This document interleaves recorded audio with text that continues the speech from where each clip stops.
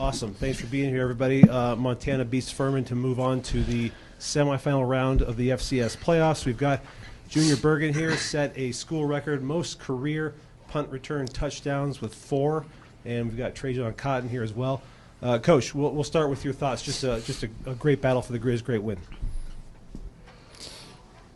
Thanks, Tabes. First, congratulations to Furman on a game really well played.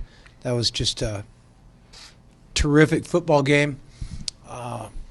Just great effort by both teams. They both obviously played hard right to the final play, and they just did a great job getting that thing to overtime, getting the interception, taking the lead, just doing all those things they did to be in the game. And Coach, I know he was just up here. He should be proud of his team, as I am my team. I'm proud of our team. Sometimes games don't go as smoothly as you'd like. We haven't had a close game in quite a long time, and it's probably good for us to be in a game like that. I would say this as well. Good teams find a way to win, but great teams win when they don't have their A game and they aren't playing their best. And that was not our best game this season. We found a way to win, and that is a championship effort by the Montana Grizzlies. So I'm proud of our football team. Questions? Coach, can you just talk about the back and forth and the chess match in this game, and then how big the 2 special teams returns were for you guys? Yeah, I'll hit on the returns first, and you can ask Junior about it because he's got the bird's eye view of it. But the kickoff return to start the game was something we had never run before. We put it in on Wednesday. I was proud of those guys for executing that like they did. It was a new play, and I think we surprised them a little bit. Junior and Garrett, our 2 returners, came in this week and asked me to make a couple of adjustments on our kickoff return. Just the encouragement for guys to make blocks, and they did it, and he went out the gate to start the game. That was great. And then, sometimes, whether it's offense or defense or special teams, sometimes you have a good plan and sometimes it's not as good. I thought Furman did a really nice job early in the game with their punt team. They gave us formations they had not run at all during the season, and we ended up having to go max pressure against them to try to get them out of that because it wasn't what we planned for the return game. And we were able to get them back to their base stuff, and then that's where our return game took over. We had a lot of return yards, and obviously the touchdown down our sideline was a monstrous play in the game. And Junior, can you take us through the punt return up the sideline? It was kind of reminiscent of the one you had against Utah Tech. Yeah, God is good, man. Yeah, my teammates blocked it up really well, and I was just back there praying to get a return ball, and thankfully I did. I saw Jackson look back at me, and I was like, just block somebody, just get in someone's way, and he did, and I just had to, beat the last dude, and yeah, we ended up in the end zone. Seems like sometimes when they kick it deep over your head, that's even better for you. Do you like that? Yeah, I like when they tend to kick their coverage. And, Coach, when you get them pinned down there like that, I mean, Travis Benham flipped the field right before that. So how ideal is that for you guys, and how much are you thinking about dialing up a return like that up the sideline when you do have a short field? Well, it's just kind of based on what we're getting a little bit. But, Benham did a great job tonight. When I get to visit with Coach at some point down the road, his time at Air Force, there's some real similarities in how they approach the special teams, in particular their kick blocking stuff, and they really have a nice system for rushing the punter. And that was a major area of concern for our team not just the punt team or the special team. It was a major area of concern for our team, and Travis did a great job handling it. The protection was good, but Furman's a problem in that area, and we handled it really well. Coach, the first quarter started so fast in the 9 game. punts. Wow. All right. Yeah, go ahead. Yeah, just the game started so fast and kind of slowed in that second half, and just the offense wasn't quite clicking. It seemed like you guys were just kind of setting yourselves up to kind of take advantage of a moment like that. So for Junior to do that in that moment, just how big was that? And then, like Coulter mentioned, Travis flipped the field and kind of set you guys up again in that fourth quarter. Well, it slowed offensively. It was pretty fast and furious on the defensive side. But, in a game like that, there's only 8 left going in this weekend, and everybody's really good. And you're going to have to seize opportunities. And we struggled at times. We missed a couple field goals. We couldn't score touchdowns at times. And that was, I alluded to that a little bit, where we didn't really have our A game. And, we had opportunities to make plays, and we made, one more than they did. Junior, the kick return touchdown, just to start it off, just what were you seeing there? What was that like? And just kind of setting the tone, just really right off the bat. Yeah, we just wanted to start out fast. The guys blocked it up well once again, and this time we were able to get out of the gate, and I just wanted to kind of set the tone for the game just to start out. You had a chance to walk in front of the student section just when you got a chance to do that. Just what was that moment like? Can you even sum it up? Yeah, it's amazing. Those guys come out and support us each and every week, every time we're at home. That student section's always packed, and I appreciate those guys for coming out and supporting us for sure. Then when you hear that you broke the record for punt returns, obviously you're a team guy and things like that, but just how special is that to know you've achieved that milestone? Yeah, that's I don't know, that's God, man. I'm just super blessed, and I'm thankful. TraJon, just TraJon, could you walk us through the just the overtime possession? Obviously, all the big plays from Trevin and then Jackson and Cole and all that. Just what was it like for you guys to buckle down, and just what was kind of the message as you took the field again? Well, it was crazy because, like, on the field, I looked at Trevor. I was like, this is the moments we live for. You know what I mean? Like, I feel like our team is kind of made for that moment, and it was just fun. It was just fun. We were ready, and we were happy to come out with a W. Yeah, TC, what was it like just being in a close game? It's been a while, so what was that like down the stretch there? It was good. We just have to kind of go back to our training and our preparation, and this is what it did. It got us a W.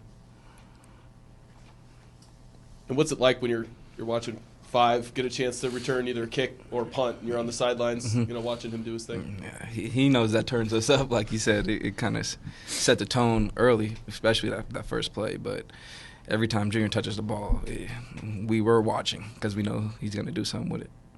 Just the playing a game of that magnitude and to come out with a victory like that in that atmosphere, like how would you just describe what that was like? It just felt amazing. I'm happy for our team. I'm happy for our fans, and happy to be playing next week. Coach, what about for you in a game that, you're looking at 35-28, but I would say it was pretty decently dominant by the defense. How would you just overall kind of describe like the feel and style of that game? Well, it was kind of slug it out, Kyle mentioned it earlier, that it settled into that where, a score here, score there is probably going to turn the tide and going to win the game. And, for us, we've been in the quarterfinals 3 of the last 4 years, and we, the 2 previous times we've not won this game. And it's always a hard game. The other team's always good. And, you get into a slug-it-out deal, and then you got to settle for field goals, which there's no crime in scoring points. But you're looking at it, and then you stall out. We missed 2 field goals. At that point, we're up 6. So we can't get to a 2-score lead. And so you're going, all right, you can make it's a grind, because if you make a mistake, then all of a sudden they kick a PAT and you're down 1. And so that's a strain on the football team and a strain on me. And then I was not shocked at all they were going to go for 2. there at the end. I anticipated that's what they would do. We talked about it before the we called the timeout, and I said, now if they get one in here, they're going to go for two, so everybody's ready. Shame it had to go to overtime, but that was dang exciting and fun. Bobby, you mentioned the 4 field goal attempts. Just what was the thought process between kicking those field goals versus going for it on 4th down in some of those situations? Which one? Any of them? Well, the first one, it was tied 14-14. We kicked it to go up 17-14. The second one was too long a yardage I think it was 4th and 8, if my memory serves me correctly. There was a lot of plays in that game, but I think I'm right. And then on the other ones, we were up 6 and wanted to make it a 2-score game. Well, a big key play was after Junior's punt return touchdown. You guys go for the 2-point conversion. So just walk through the decision to go for that and why that specific play and just your feeling watching it play out and work out. Yeah, down 1, getting 8 would put us up 7. So that's why we did it. And that specific play, what did you like about that play and how it was executed? It's a play that can go to either side. It's based on their coverage. He liked the look he had to that side, so that's why he went there. For TraJon and then Junior, first time Montana's going to the semifinals in over a decade. First time semifinal game's going to be in Missoula since 2009. Just what does it mean to both you guys to get another game to play and have the Griz back in the semifinals? It's exciting, and we need all the fans at the stadium next week, and we're ready. Yeah, I think TC kind of summed it up. We're super blessed to be in this situation, and we just got to take full advantage of it. And we hope to see all the fans out next week. And Yeah, hopefully we can get a Saturday afternoon game so our people in eastern Montana can come.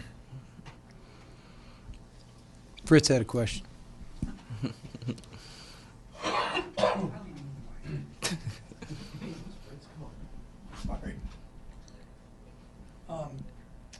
I wanted to ask TraJon about the interception, if you were man or zone. It kind of looked like you took it away from the guy. Can you just take me through that play, first of all? It was man coverage, tight coverage, and I don't think the receiver was looking at the ball.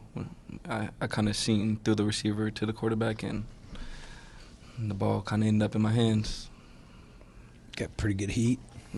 Yeah. Kind of chucked it up. Great rush.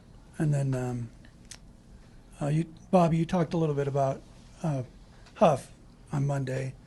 He made some throws.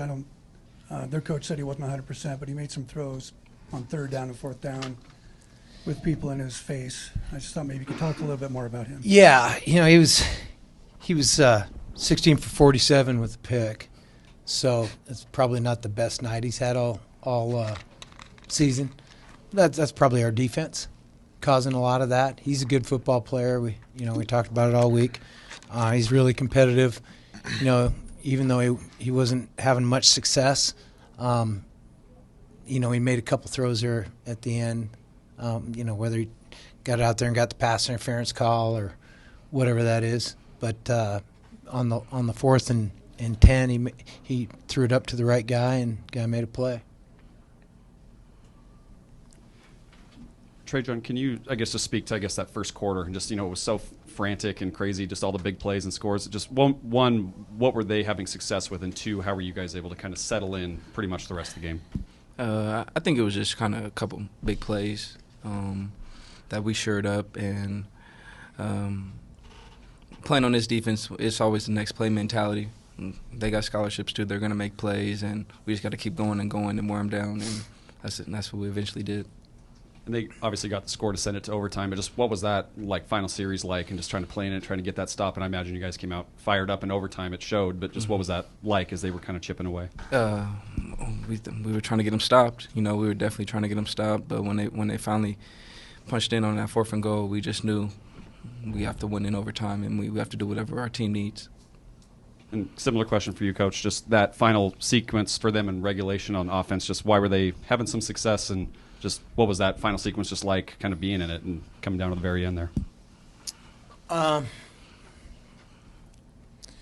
Well, I mean, we had them in. We were in pretty good situation defensively a few times. You know, we got. I'm trying to go through the sequence of plays in my head. It's a little bit of a blur to me right now, but you know, they got the pass interference call that helped them. They got the hit out of bounds on the punt return that helped them, and then we had them in again 4th and 13 or 4th and 10, whatever it was, and got pressure on the quarterback, and he threw a Hail Mary up, and they made a play on it. So it's hard to live on that, but they did make that play. Coach, been in a lot of games like this. Are you? Oh man, there's mean, a lot, I guess. well- Yeah, probably so. Are you able to step back in a sense and really enjoy and soak up these types of moments Oh no, no, not at all. I mean, I'm standing there. It's overtime, and I'm standing there, and we scored, and I'm standing there on the sideline. I'm going, overtime is gut wrenching, because I mean, we care if we win, and no, overtime's gut wrenching. It's agonizing. Now it's really fun when you win it. I mean, you saw that other team. They were the thrill of victory and the agony of defeat, right? For all of us in our age bracket, and yeah, overtime ain't all that much fun. No, and I knew that, but I mean, just being in these moments and when you win, and this crowd and this environment Oh, and, yeah. and everything. Heck yeah. Are you able to step back? I mean, maybe later and soak it up and really take it all in. Yeah, for sure. In fact, I think if you ask these guys this question, you can ask them, is Coach having any fun? They'll give you the answer. Is Coach having any fun? For sure. For sure. Coach is having fun, mostly Coach is behind having- the scenes. Anybody else? Coach is acting like he's one of the guys as best he can.